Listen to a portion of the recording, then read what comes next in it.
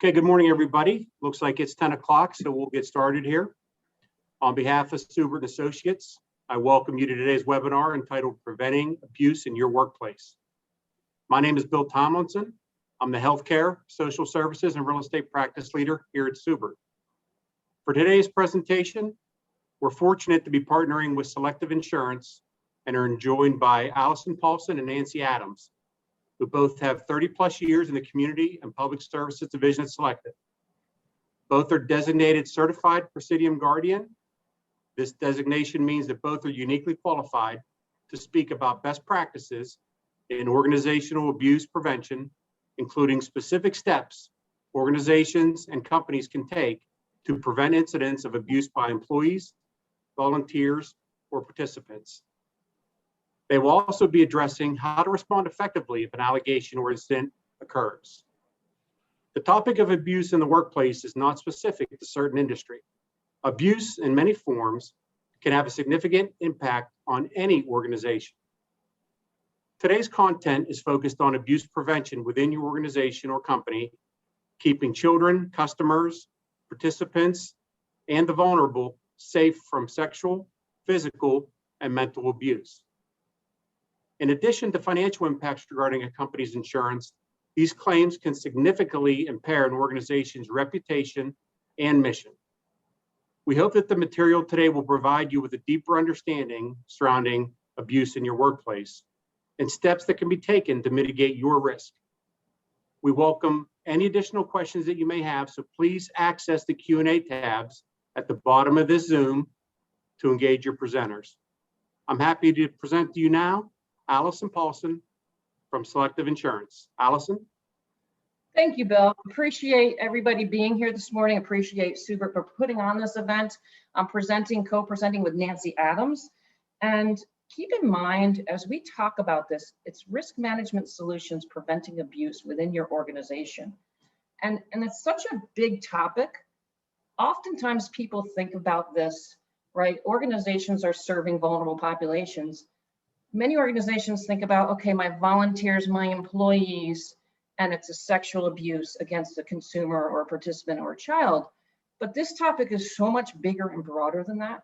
This is abuse prevention in general. It comes in many forms. It's physical, it's sexual, it's mental, it's in-person, it's electronic, it's peer-to-peer, kid-to-kid. And so all of these things can affect your organization. And we need to think about this big, broad topic. And as Bill said, Nancy and I are both certified PRAESIDIUM guardians. We've gone through training. PRAESIDIUM is an organization located in Arlington, Texas. It's our partner for Selective Insurance. We've partnered with them so that we could learn and grow in this area, as well as having some tools and resources that we'll talk a little bit like at a high level. This is a very difficult topic, right? It's a topic that our insurance industry isn't used to talking about with each other, let alone the company and agency talking about it with you as customers. And so if you have questions, chat it in, unmute, raise your hand, whatever. We're going to go over a lot of information in 1 hour, and we're going to keep it really high level. This could easily be a 3-hour session to dive deep, but we're going to keep it as high level as we can. And when we think our focus is on abuse prevention, and so again, I mentioned our partner PRAESIDIUM, this is their safety equation. And there are many other organizations out there that have risk management prevention. There's abuse prevention systems, Ministry Safe. The CDC has some information out there on policies. Again, we're all looking at this to prevent. And when I look at the safety equation, all of these bits and pieces working together create a safe environment. And I just want to show you real quick, there's a couple of handouts that Bill will send you afterwards, and they're really good resources to refer back to. This particular one, feel free to browse it afterwards. It takes that safety equation and it takes each bits and pieces. So when you go back and say, boy, I remember Nancy talking about having written policies, what does that mean? You can refer back to this handout and at least see the high level bulleted items of what we're talking about, each one of those parts of the safety equation. So with that, when we think about abuse, like why did we even partner with PRAESIDIUM as an insurance company? And why is Bill even and Seubert wanting to put this type of session on today?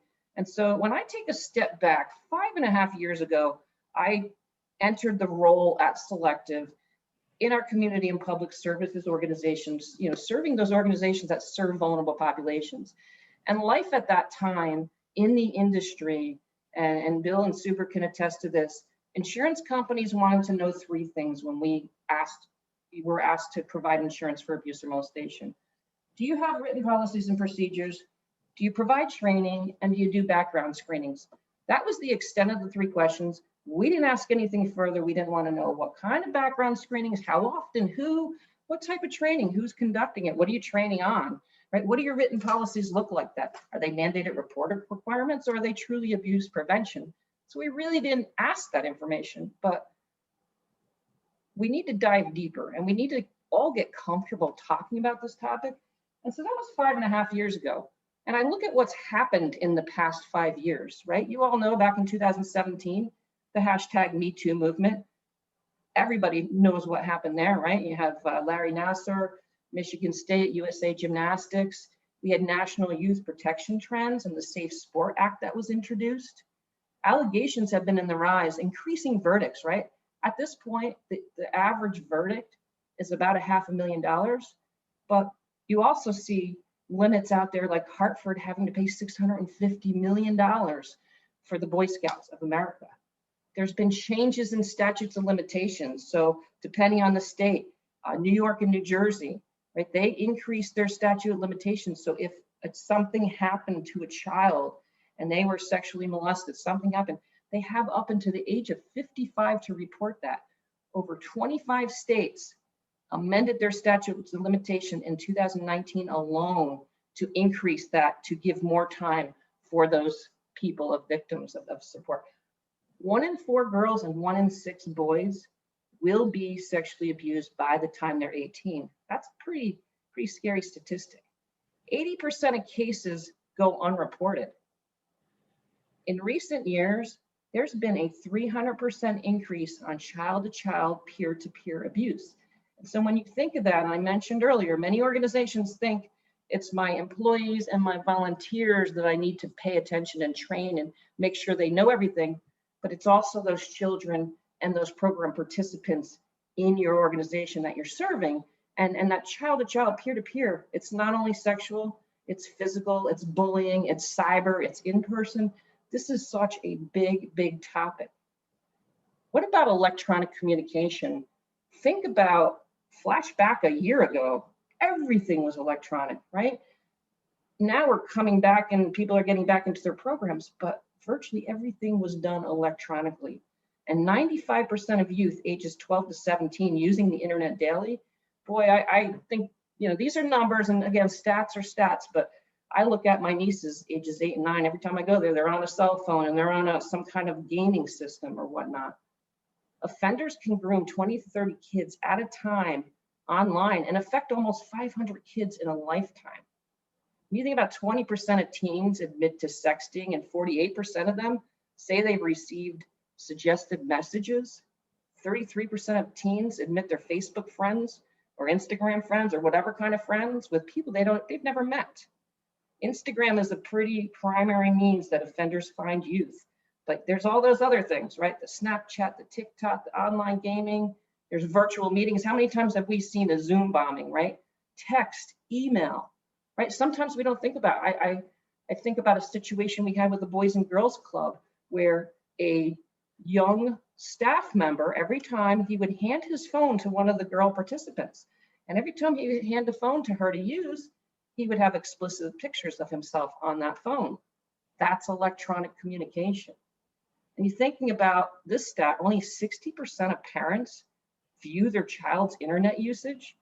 A year ago, when there was so much stress in society, was that 60% something less? And then thinking about maybe the average time that kids were on the internet was way up because they had nothing else to do. There wasn't much, a little bit of schoolwork here and there.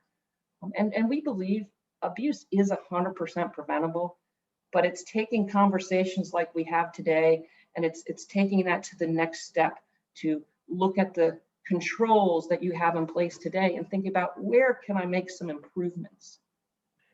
Allison, if I could jump in real quickly on those prior two slides, again, all of it is great subject material, alarming to various degrees. Are there one or two points on those last two slides that either have escalated the most over the past couple of years or are the most alarming to you? I would answer that they're all alarming. And when we look at stats, they come from various places. And I would say one incident or false allegation is one too many. But the one that really stands out to me personally, and again, this is a personal, so everybody has their own opinion. The one to me personally is 300% increase in child-to-child, peer-to-peer. And as you step back, you think about that, because of the many forms and ways that happens, whether it's electronic, whether it's physical, sexual, mental, bullying, in person, you get it, right? And then so again, it's child-to-child, peer-to-peer. We see it in our own portfolio, right? We see it a lot in daycares. We see it a lot in the programs for the developmentally, intellectually disabled, some schools, churches, right? And sometimes it's happening right under their eyes. And I've seen it where if it's happening at your organization and you don't notice it and don't do anything about it, it can come back to you. I recently saw one with a fire department, right? Volunteer fire department, 2 cadets. One was sexually harassing the other one. That comes back to the organization. So good question, Bill, but they're all, and I'm glad you asked the question because I also have another handout that you can share with this group. And it is what we use in our safety management, abuse or molestation talking points. And it takes all of the stats that I just talked about, plus some others. And so bringing that all together, it is a pretty scary topic. And believe me, we see claims, it happens, and it happens in today's society. I'm a pretty naive person. I believe everybody is good, but there are bad people in the world. So hopefully that answers your question. I'm sure everybody has their own opinion. Thank you, Allison. Yep, thank you, Bill. Thanks for asking. And again, anybody who has questions, please chime in. This is a difficult conversation. This is a difficult topic, but one that if you have a question, you know somebody else has got that question too. So I talked about what it looked like 5.5 years ago, where we've kind of gone in society. What do we think it's going to look like in 5 years from now? That's anybody's guess, but we're actually starting to see in some of the larger organizations that do serve vulnerable and children and program participants that they now have roles within their organizations titled youth protection officers or program participant protection officers, victim support coordinators. We know there will be more focus on consumer participation and preventing peer-to-peer abuse. One of the blocks in that safety equation is consumer participation. Nancy's going to talk about that.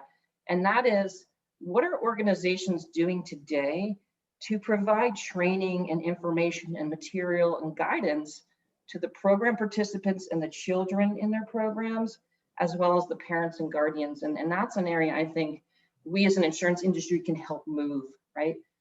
Victim support will be the norm. I think we're at that stage now. It's all about supporting the victim and helping them through that process. We think 5 years from now, larger organizations for sure will need to demonstrate that they're committed to a culture of safety, prove that they've implemented the necessary controls and the written policies and the training, and maybe there'll be some type of abuse prevention accreditation. I know that PRAESIDIUM, if anybody is interested, they do have an organizational accreditation program, but I believe we're going to see more organizations offer that type of thing. And I can speak firsthand, and then Bill can tell you, and Seubert can tell you, insurance carriers are becoming more educated. We are tightening up on underwriting guidelines and diminishing market capacity, meaning the limits that are available in the marketplace are becoming less and less. And you may get your insurance renewal quote in, and you might have had a $15 million umbrella, including abuse or molestation coverage, and that comes in, and now you only have 5 million. So we're seeing that dimension in the marketplace. It's definitely diminishing. And if anybody's interested, I highly recommend, there's an AM Best interview with Aaron Lundberg, who's the president and CEO of PRAESIDIUM. It's about 12 minutes long. He talks about really focusing on the insurance industry and where we've come and where we're headed to. So if anybody's interested, I could send the link. You can go on LinkedIn if anybody's there. You can even Google AM Best, which is a rating organization that rates insurance companies. And if you have problems find it, we certainly can get it, but I highly recommend spending the 12 minutes listening to that. When I think about the victims, right, there's so many effects on the victim, but thinking about once something happens, what's the effect on your organization? And so we need to think of this from not only something happened, it was a true incident, it was a true claim, it was a true abuse, something that happened, but what about a false allegation, right? They do happen, they happen from time to time, and they can be just as damaging, right? It's a threat to your program's mission, threat to your reputation, right? What if it gets to the courts? We see some pretty large plaintiff awards. Even if it doesn't get to the courts and it goes through your insurance, right? So there's going to be a payout there possibly. Maybe if it's not a payout and it's a false allegation, it's going to show up on your loss runs. What if you decide to change carriers? What might that jeopardize the insurability? That does anybody want to look at your, even though it's a false allegation, it's on your loss runs. When that thing happens, that incident, the allegation, you're going to experience some decreased productivity, morale, increased turnover. It's very damaging on an organization. And when I think about false allegations, I always think about, I'll relate this one to a school. So this happened out in Indiana, right? There was a teacher and they knew we're not supposed to have closed door meetings with our students. Always have open door, crack door. This one student got to be friendly with the teacher and she would stop in every once in a while. Fine, no problem, doors open. Well, one day she has an incident and an issue that she wants to talk about. She's very emotional. I got to close the door. You don't understand. I need to close the door. So they do, and nothing happens, right? So this happens again. Other teachers notice, they don't say anything.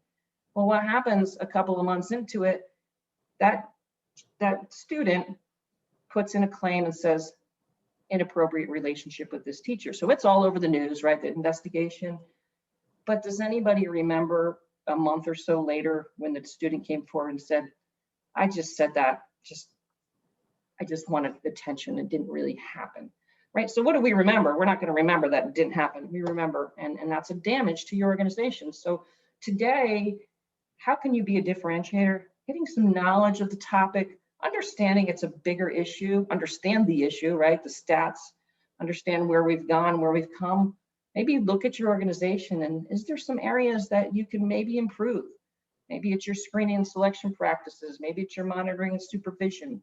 Maybe it's your written policies, training, and then know where to get some resources. So a lot of insurance carriers, we have resources, right? So if you're a customer of Selective or a customer of Philadelphia or Hannah, whoever, you may have access through us, model policies, access to online abuse prevention training, right? If your carrier doesn't have that, maybe you can go to the CDC, right? They have some pretty good written guidance on model policies, abuse prevention systems, ministry safe, right? Organizations like PRAESIDIUM. There's plenty of information. You just need to Google it. If it's your insurance carrier, go to Bill or any one of his folks that work there and say, my carrier's XYZ. Do they have these things that Selective talked about in their webinar? Understand that 90% of the perpetrators, the bad guys, are known by their victim, 30% being family members, 60% known to the victim, and then 10% strangers. So that 10% stranger is probably the opportunistic one that pops in and does, or online, attacking online, predators online. But as an organization, if you're serving children or vulnerable populations, don't fall victim to thinking it's happening outside of my organization. I don't need to get involved in it. We have seen firsthand, if that child or program participant comes to your organization and you suspect or notice something and don't report it and don't say something, it very well can come back against you should something happen at a later point in time. And we've seen the insurance respond to that. So just understanding that that's more the mandated reporter, but you guys know that your mandated reporters, you see something, you need to say something. And so again, that 10% strangers is most likely your online or opportunistic predators. This is an area you don't need to be an expert. We just wanted to at least highlight. So you have coverage, assuming you have abuse or molestation coverage, you may see it as sexual abuse coverage. You don't have to understand it. Go to Bill, go to any of his folks that you work with and say, I want to understand, do I have a broad definition of abuse in my policy? Does it include physical, mental, and sexual? Or is it sexual abuse only? Is it a separate line of business that has its own set of limits? Or sometimes it can be combined with your general liability and share those limits. There's occurrence forms and claims made. We're not going to give you an insurance review terminology, but just understanding there's different coverage forms. And then defense costs, you want to look for a policy that has defense costs outside of the limits. Again, you do not need to be an insurance expert. That's why you have an independent agent to help you through that process. Just wanted to at least highlight that is an area to be concerned about. Real quick, this is a carrier that has an abusive conduct liability form. And in their form, their definition starts out as physical abuse, sexual abuse, so on and so forth. But they end the sentence of a sexual nature. So understanding that might be kind of false wording, false advertisement. You're thinking you have that bullying, that physical, that one-on-one, and then you end the sentence saying of a sexual nature. So there are forms out there, just need to be concerned. What you want is you want your insurance agency to look for a coverage form that has physical, mental, sexual abuse, and it doesn't end by saying of a sexual nature. Again, you do not need to be insurance experts. That's why you have your agency to work with.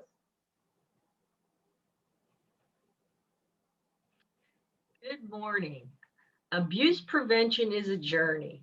So just think about that. And I think about my journey with this subject matter going back 5-6 years ago. We know so much about the topic of abuse prevention now, but where does your organization fall into this journey? Complacent, compliant, committed?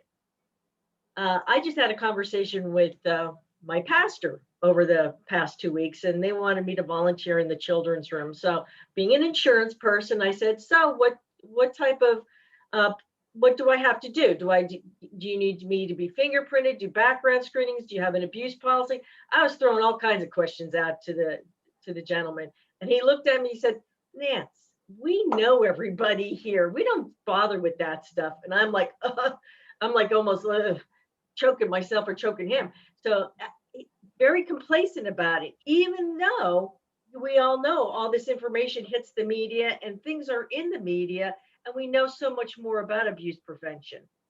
And then as your journey continues, where do you fit into this equation of abuse prevention? Are you a compliant individual? We know most states, if you're dealing with children, seniors, those with intellectual disabilities, you're a mandated reporter. So compliance is saying, the state is saying, you need to do background screenings on a state level, and you need to do mandated reporter. I'm golden. I get to go. I'm fine. But you want to become that committed organization.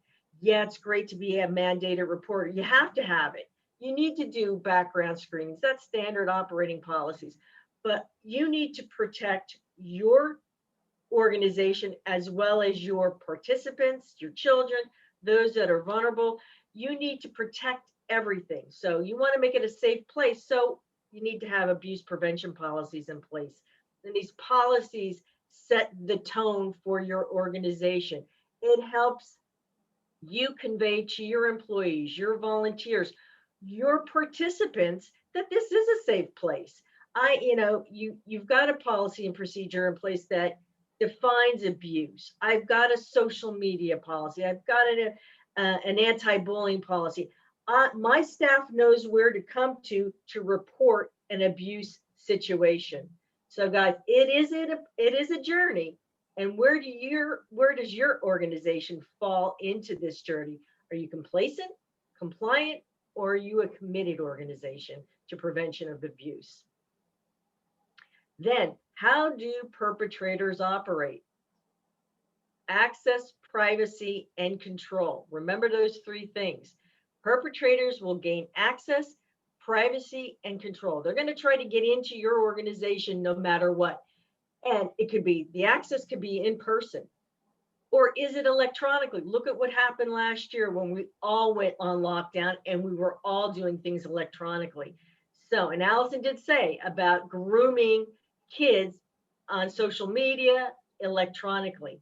Even from a privacy standpoint, that one-on-one, we know most of our organizations, in most of your organizations, one-on-one is inherent.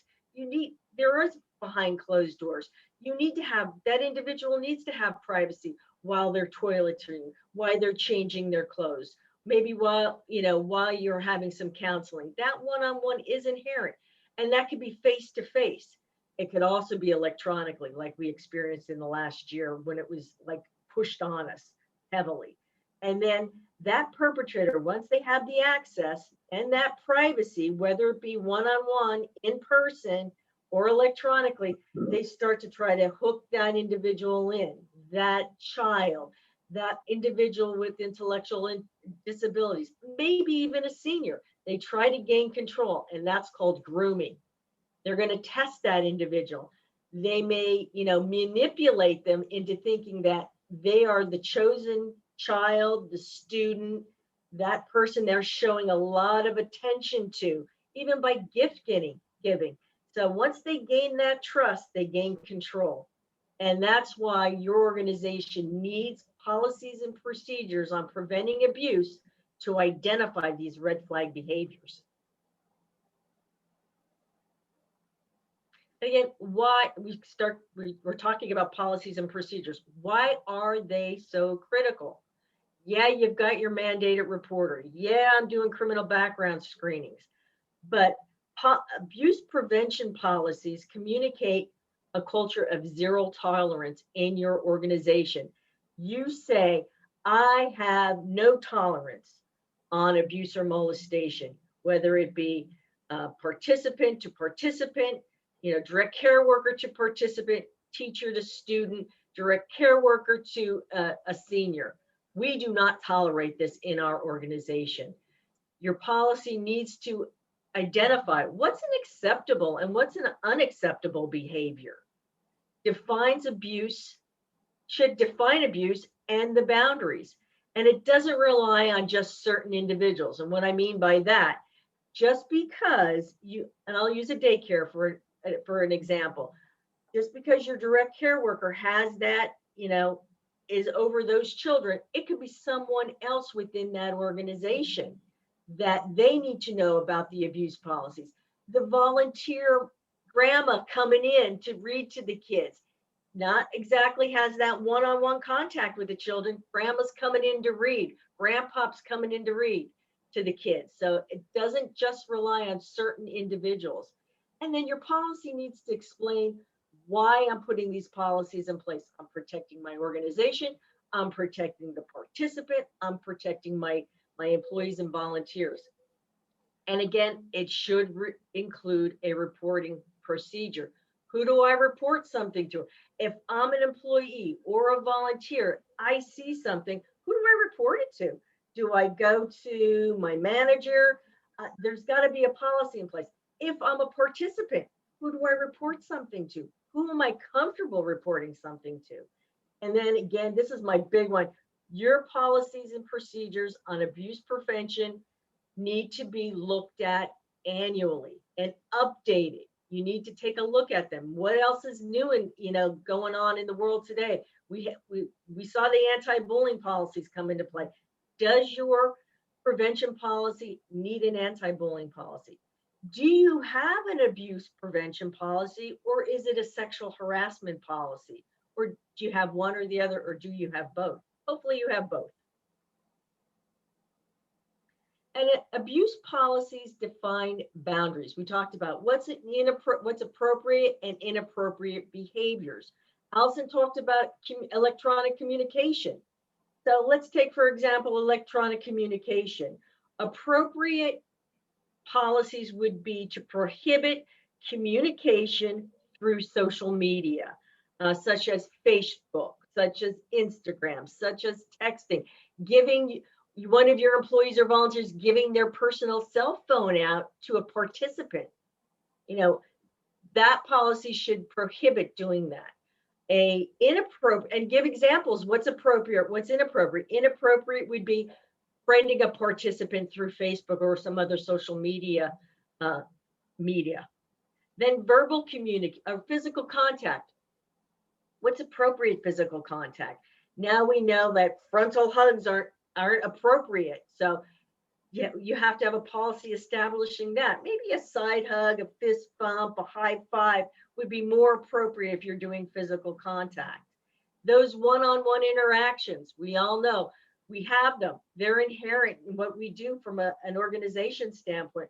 What's appropriate? If I'm a counseling office, I have a counseling room that has a window in the door, or a window that someone passing by could look in.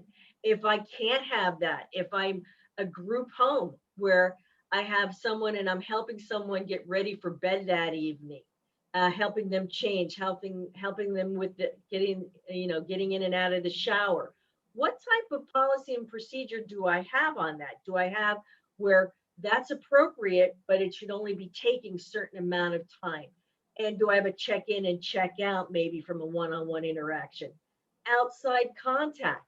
Do I have a policy, if I'm a daycare, that prohibits outside contact, doing babysitting on the side? Your employees or volunteers doing babysitting on the side for the parents. There should be a boundary, because if you start having your employees or volunteers fall into that, it's okay for them to do that.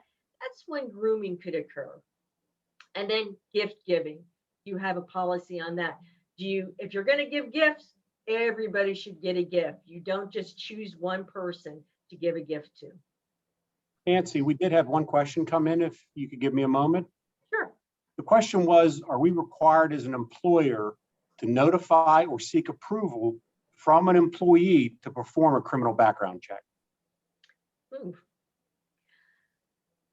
Usually, I know that we partner with PRAESIDIUM background screenings, and there's a consent form that they need to sign. So the employee does sign the consent in order for them to run the background screening. Most companies, I believe, operate that way. Yes, and then I think there's other organizations through the state that require that as well, depending on what type of background check they're doing. If you're I think in Pennsylvania, you have those certain organizations that you could go online and you give your consent to do the background screening. Thank you.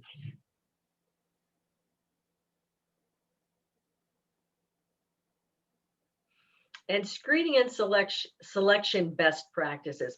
So we talked a lot just recently about having a good abuse prevention policy in place. That's great.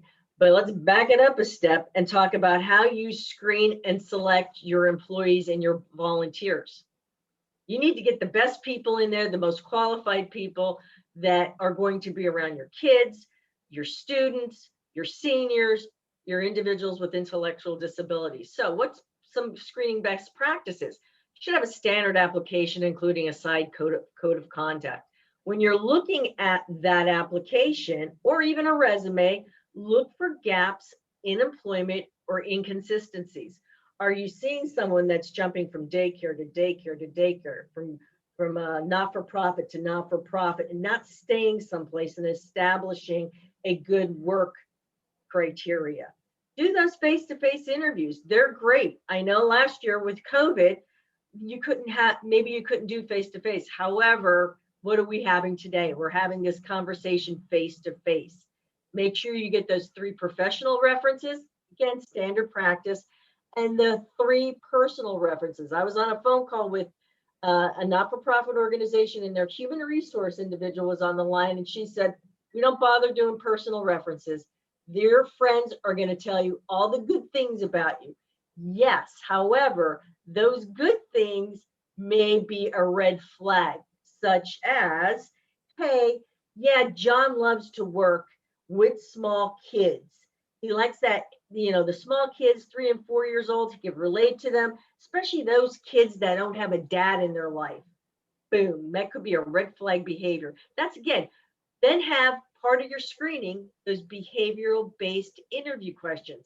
And they're going to vary depending on what type of job they're, applying for. But one of those behavior based interview questions could be, hey, give me a time when a child or a participant tried your patience. What did you do? How did you deal with that? How did you deal with that issue? And then, see how they answer those questions. Again, that could be a red flag behavior. If they shot off and they said, well, yeah, I grabbed the kid by the arm and put him in the corner. Maybe you don't want that individual working at your daycare operation. Screening and selection encourages applicants and volunteers to self-select out. So what do I mean by that? Well, when you're interviewing an individual for either being a volunteer or an employee, you could always say, hey, zero tolerance. This is a safe environment for individuals to bring their children here, let their students come to school here. And sorry about that. Bring their kids to your environment. It's a safe environment. As a matter of fact, we had one where it was a vocational rehabilitation center, was a day program, and the individual doing the interview said, hey, zero tolerance here. We have cameras in our activity rooms. We make sure that the participants are safe. We actually have these cameras in place, and we look at the footage on a daily basis. If you got a perpetrator who wants to infiltrate your organization, I bet you that individual is not going to come back, and they're going to self-select out. And we talked about criminal background screenings and background checks. I know when 5-6 years ago, I hung my hat on. Yep, they're doing criminal background screenings. Did I care what kind? No, they were just doing them. Check the box. But do we know that 4 to 5% of offenders, only 4 to 5% of offenders actually have a criminal record? Why? They haven't been caught yet. Most criminal background screenings are not flawless. They can also be limited by scope and search methods. State, county, nationwide, you may be doing all of them, but they may not report and talk to one another. And then if you have young applicants that are volunteering, maybe during the summer, they may not have a history accessible through public records. So screening, doing those face-to-face interviews, and making sure those individuals have supervision and don't have that one-to-one access to your participants is very critical. And from a screening and selection best practices, when we're looking at criminal background screenings, these are our best practices. We would like screenings to be done every 3 years, but they should consist of national sex offender search, a multi-state criminal database, the county level searches of places where you lived, worked, and attended school in the last 7 years or last check, and a social security number trace. Again, guys, these are all best practices. And then this is all going to depend on how much access your applicant has to your participants too. And 5 critical screening components, we talked about them. When somebody's an employee or a volunteer is applying for a position at your organization, have that application, a signed application with a code of conduct. Do that interview process, those behavioral-based interviewing questions. Then your personal as well as your professional reference checks. Then your best practices of background screening, and then decision-making process. Again, depends on what position that individual is applying for. If you got someone who's just going to work in the laundry room, kitchen, and may not have access to your participants, they may only need one person looking through the application, looking through, guiding them through the process of being employed. But if you have an applicant that's going to be one-on-one with your clients, your individuals with intellectual disabilities, your seniors, you may want one or two, or maybe 3 people screening, interviewing that individual to make the right decision on that employee or volunteer.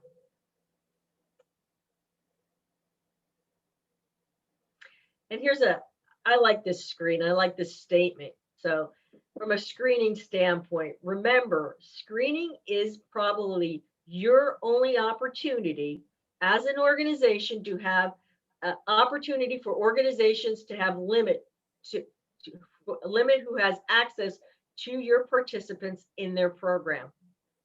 Your decision may be the only thing standing between a participant and a perpetrator. So screening is extremely critical.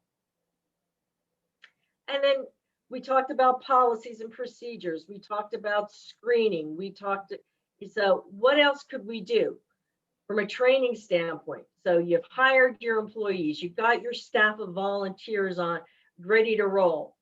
So we need to train those individuals. You need to train your staff. You need to train your employees and your volunteers, how perpetrators operate, how offenders operate, access, privacy, control.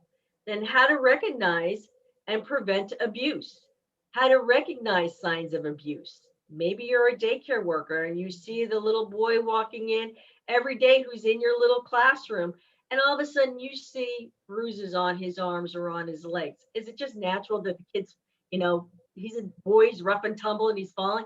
Or is it, bruises, but he now has become very quiet, very complacent, not playing with the other kids? How to recognize high risk activities. We talk about what high risk activities are. Typically they surround water or transportation, swimming pools, bathrooms, locker rooms, transporting kids, those with intellectual disabilities, seniors in a vehicle. Not everything is within the four walls. Then how to prevent that false allegation and how to report suspicions and concerns. I love that last bullet, because you need to know who, if I see something, say something, who do I report it to? Who do I report my concerns to? Prevention and, again, more training and best practices. Prevention and detection. Preventing abuse between program participants. We know that most of the time you're going to be a mandated reporter. So these things need to be in place. Again, if you're a mandated reporter, you need to, as that mandated reporter, you either go right to the authorities yourself, report it to your supervisor, follow up with your supervisor. Have you reported it? Have you done your investigation? And what's more important, training on your organization's policies and procedures. It's great to have mandated reporting in place. However, your own organization has its own abuse prevention policy in place that's based on your characteristics and how you operate your organization. So you need to train your staff at hire and annually on your own abuse and molestation prevention policies. And also, you probably should train them when you have maybe a high risk activity.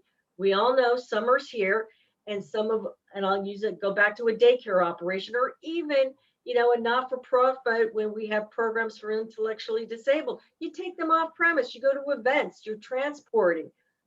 That's high risk activity. You're not within those four walls. You're taking someone off premises. So it's always good to train in between the at hire and annually. Have your staff sign, acknowledge, and document that they've been trained on your policies, that they've read the policy. And then prior to access to vulnerable population, they need to be trained on this. Don't give someone access to your participants before they've been trained. Most likely you're not doing that. And then periodically and prior to high risk activities, like I said, I like this. You should be training at hire, annually, and in between if you've got some high risk activities going on. This is definitely an area we could spend an hour talking about. I know. And many of our organizations, they say, but I have mandated reporter training and I have employee sexual harassment training. Isn't that enough? And as you can see, just from these two slides alone, this is a big, big topic, and one that, we could certainly help guide along, and that there's a little more training that can go along. So another component to that safety equation is the monitoring and supervision piece. And that's where as Nancy mentioned, perpetrators need privacy, access, and control, and that's why we need to have monitoring and supervision going on. And it's monitoring the facilities and the high-risk activities and decreasing that opportunity for privacy. It's not only monitoring your employees and volunteers, but those participants and those kids as well. And some of the things Nancy mentioned, some of these, right? Overnights, whether that's a camp, a school going on a trip, it's group home exposures, senior living exposures, personal care. Nancy mentioned that, and she mentioned water. Water, however that comes, whether it's a bathroom, locker room, pool, that is the #1 area where abuse happens. And think about that stat, 300% increase peer abuse. Transportation, Nancy mentioned that, right? We've seen claims happen there. We saw in a group home exposure where they had transportation, the last gal off the bus every day, that driver would stop every so often, run back, fondle her, and then continue driving. And when she reported it, how'd they find out? They had cameras on the bus. Back to when you're screening and selecting, why didn't they tell this driver there's cameras on the bus? We take this seriously. So you see how everything ties in together. Periods of transition, that's where you might have a group home exposure. We're getting ready for the next activity. We're getting ready for, dinner, or, bathing and personal care, or it's a daycare where it's drop off, pickup time, getting time for nap. A lot of times when there's periods of transition, there might be changing of staff. There might be just a little less supervision going on. So just something to keep in mind. Organizations, I always think about churches that have mixed age groups activities, right? So anytime you have kids, they could, ranging say from 5 to 17, that is a high risk activity, because 17-year-olds know a whole lot more than 5-year-olds, and certainly youth counselors, because number one, they're not worldly and experienced enough, but they're also supervising some that may be close in their own age. And so when we say a high risk activity, by no means do we mean these things are bad, don't do them, or we don't like them as an insurance world. They just mean for you as organizations, those are the areas that maybe need to think about. I've got a high risk activity. What might I need to do a little better or a little different during those activities? The architectural risk, right? How is your facility laid out? Are there isolated rooms and areas, closed doors? Maybe it's a stairwell that has a door closed with no windows and no lights.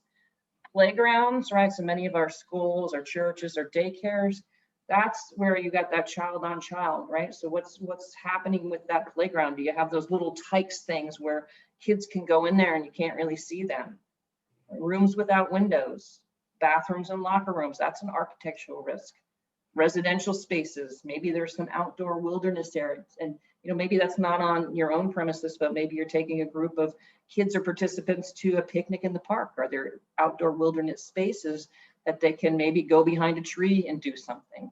And again, when we think about this whole topic, and whether it's training or monitoring or supervision, it's about your employees and your staff, but also about those that are in their care and within the programs of having to monitor and supervise them as well.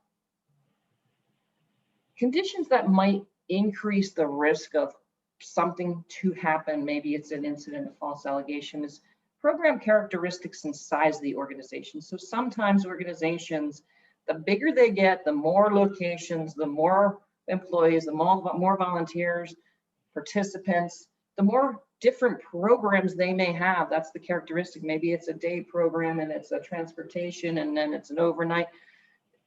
It just becomes, not that it's not manageable, it increases the risk because there's so many facets of that organization. Can we have one umbrella that sits over all of those parts of the organization? Or might we need to look at each one individually and make it a little bit unique for each one part of that organization? Programs outside the core competency, where I see that come into play, is in the social service arena. And we're seeing many states go this way with their funding sources. So if there are group home exposures, right, the funding sources are coming to our organizations and saying, this is great, you have a group home exposure, but we want you to go towards the adult foster care, shared living, host home arrangement, where program participants live with family members in the community, and that's where the funding source is going to. And so for a short period of time, if an organization goes down that road, they're now getting involved in something that might be outside their core competency, and until they can get their arms around it, may increase the exposure somewhat at that point in time. Significant changes in the organization, right? That could be at the board of directors, the executive director, key people within the organizations. It might be adding programs, taking programs away. So that may increase the risk at that point in time.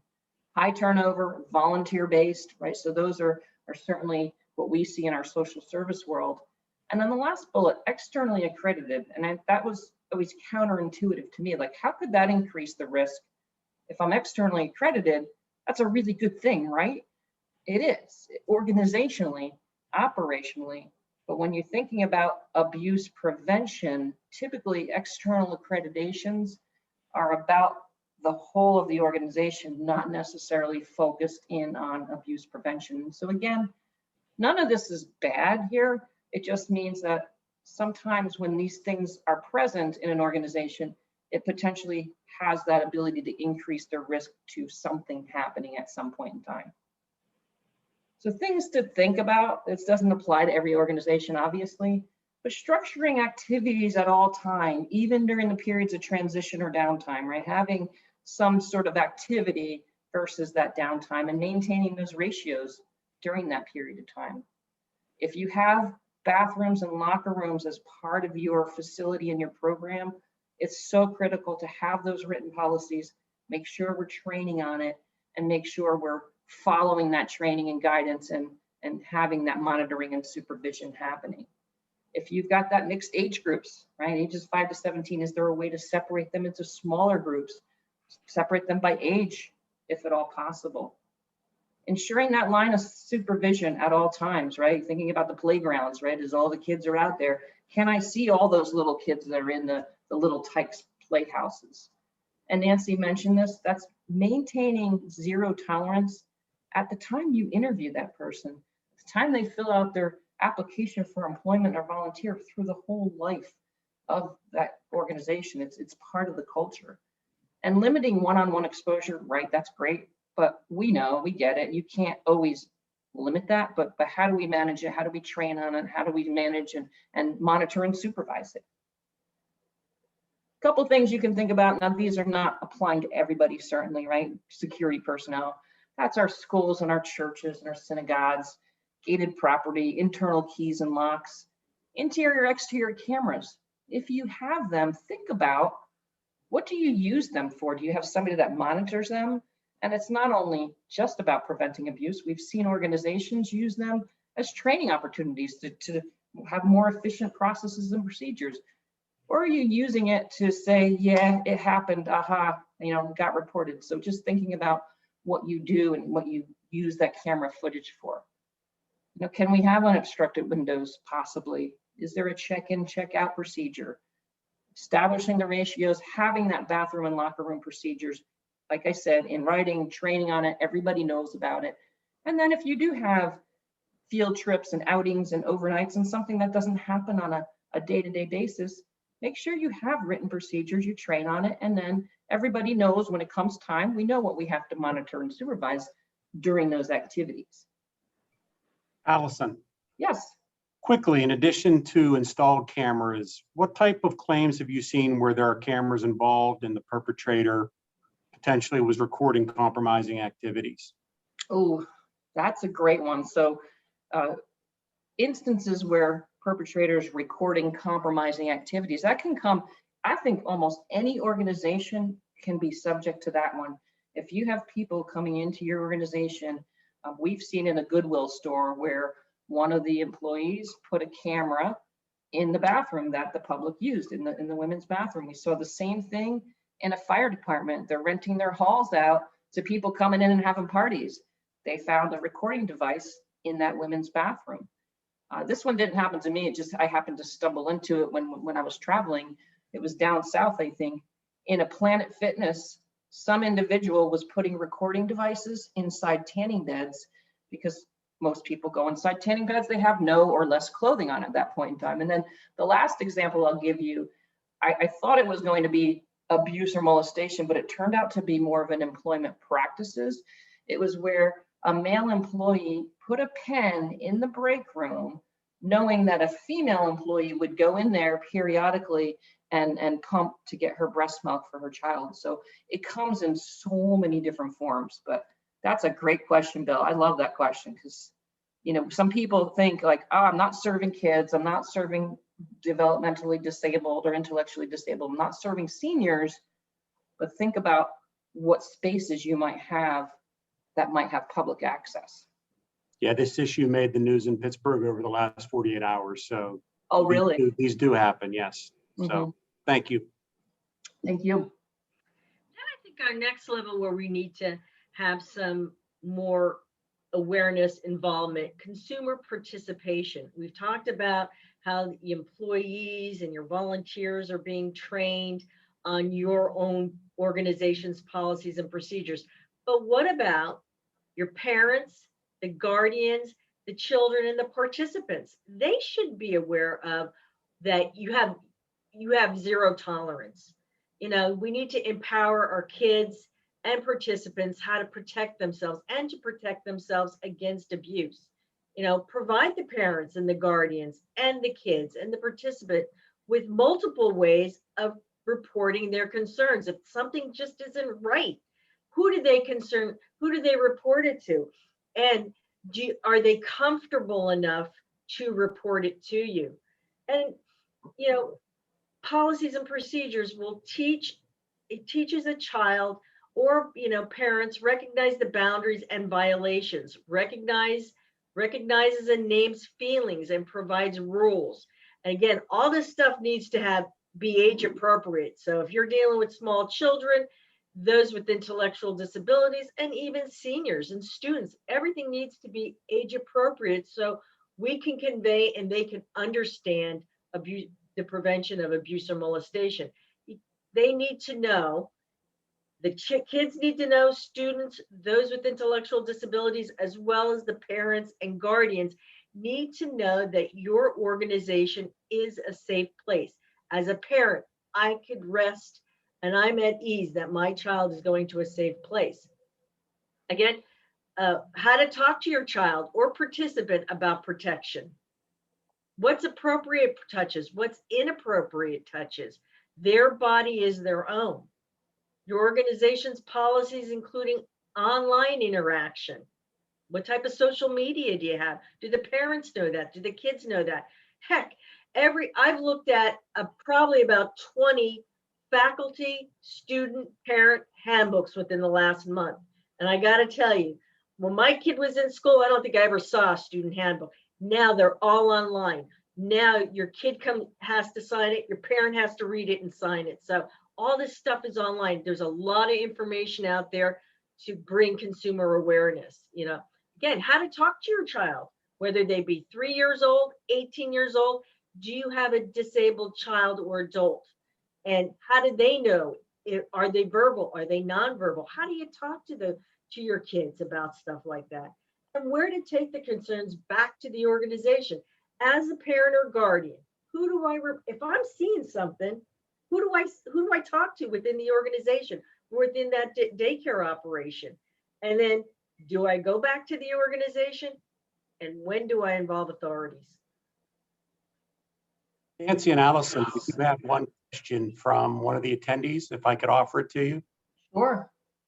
Once we receive a report of alleged harassment, we promptly investigate the situation. After the investigation, if the accusations are proven to be true, do we need to send a notification to all employees regarding the incident to inform them that there was a harassment case? If not, who should we inform? Bill, that sounds to me like almost an employee sexual harassment or discrimination question, which would be outside of our realm of expertise, but we could take that question back to our management liability underwriter, and we have access to like an HR platform that might be able to help answer that question best. Allison, if I could add something to that question, and just if it's not sexual, if it's not harassment, if it is an actual abuse allegation or a true allegation. We had a claim situation where it was a teacher with a student, reported the teacher, they reported it to the administration. Administration did all their investigation, got the authorities involved. That particular school sent out an email to all the parents and students about this allegation and what was going on with it, as well as all the teachers. So it would all, in my opinion, would be all, what type of best practices does that organization have? Do they feel that that's what needs to be done? So we can reach out to the participant directly and get some more information. And if we need to re-engage you, we will. Absolutely. Thank you. And then why don't people report? I think one of the earlier slides, 80% of people still don't report. And with all this information that's out there, with all the media, with the hashtag #MeToo, the changing in statutes, people still don't report. They still feel shame and guilt, and they feel embarrassed. They're afraid no one's going to believe them. They disassociate. They don't remember details. They just stuff things down. They don't want to talk about it. It's too painful. That perpetrator may be the trusted one. Remember, 60% are known. The victim knows the perpetrator, a teacher, a coach, a next door neighbor. They don't know the difference. Maybe they don't know the difference between a low level concern and what an actual abuse issue is. And we're all afraid of making that false allegation. I'm all for it. If something doesn't feel right, you need to talk about it. You need to report it to someone. And then again, not sure who or how to report. That is why it's so important that your organization has an incident reporting and responding policy. It's going to respond to those red flag behaviors. Treat near misses as free lessons. If it's something that was I saw Joni go in a classroom with Mrs. Smith and it happened once. Well, as another teacher, maybe I call out that other teacher and say, hey, we have a closed door policy. Do you remember that? Or does it continue to happen? These are near misses. You need to start training on those types of behind closed doors or the one-on-one policies. Be consistent. Use a continuum of response. Have that written procedure in place on how to report an incident and how to respond to it. And then document, really important, document that incident when it's reported to you. Follow your organization's progressive disciplinary policy. You should have one of those in place. Is this an isolated incident or is it a larger incident that we need to start training on? Then, which I think is extremely important, if I'm the individual that's reported something, I want to know what the heck is going on. Thank that person for reporting that situation or incident. Thank them, follow up with them, make sure they know what's going on and that you just didn't brush it under the carpet. And then cooperate with authorities. If it is a larger issue and it is a true allegation, you need to start cooperating with the authorities. Prepare a media statement because we all know everybody's got a phone, everybody's got access to Facebook, Instagram. It's going to hit media extremely quick and hard. You got to know where to go to, how to prepare a media statement, to notify your counsel, then notify your insurance carrier. And here's a nice critical piece. Is your board on board? Your board of directors. Guys, it starts from the top of your organization all the way down to the person that's cutting the lawn and shoveling the sidewalk. Your board of directors and your leadership needs to have the same education and awareness as your employees, your volunteers, your participants, your parents. They need to be involved in the solutions. We all know when we take recommendations back to organizations, they'll always tell us, our board of directors need to be involved in this, and that's awesome. They need to know everything and the risk to insured mission. So your board needs to be part of that culture of safety. And again, update that crisis management plan, have adequate insurance in place. So we're at the end here, Bill, and just a couple of last thoughts. I know we took a couple of extra minutes. We appreciate everybody hanging in there. Just think to yourself, are we fully screening our employees and volunteers and doing all the face-to-face and reference checks? And do I have a written abuse prevention policy and a sexual harassment policy. If you don't know the difference, we can talk through that. If this applies to you, an anti-bullying policy, a social media policy, right? Do I have that in place?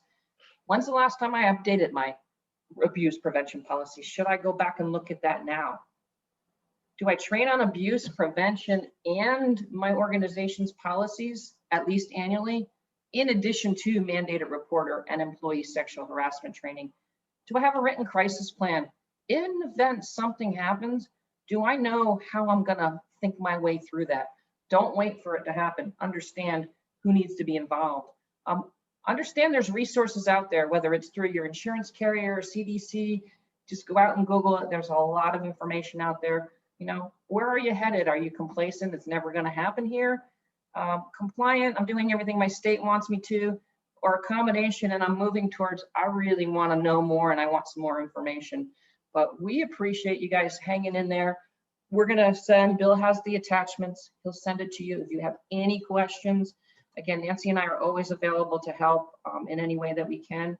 And Bill, I'll hand it over to you for some final closing comments. Allison, we just had one additional question. Is there a best practice that you suggest for setting up reporting procedures? The best practice would be to have multiple channels. If you have one person that this is the person that everybody's going to report their concerns to, how do you know they're not the one? You know, and it might, you know, again, maybe more than, might not be sexual harassment. Maybe it's speaking inappropriately. Maybe it's just, you know, lewd comments or whatever. You might want to have, here's the person you report to, here's an email system or mailbox that you can report to, and then here's a hotline. So having multiple channels is really the best solution. Thank you both again for all of your time today. I know we went a little bit over, but you know, 65 minutes, great presentation. For those that are still on the line, we will have this recorded and it will be sent out to all those that have attended today, along with the attachments that Allison and Nancy referenced during the hour. If you have any further questions, don't ever hesitate to reach out to your team here at Seubert, and you should have all my contact information on the invite as well. So we'll look forward to the next webinar presented by Seubert. And again, appreciate your time today. We know how valuable it is. Thank you. Thank you, Bill. Thank you, Seubert.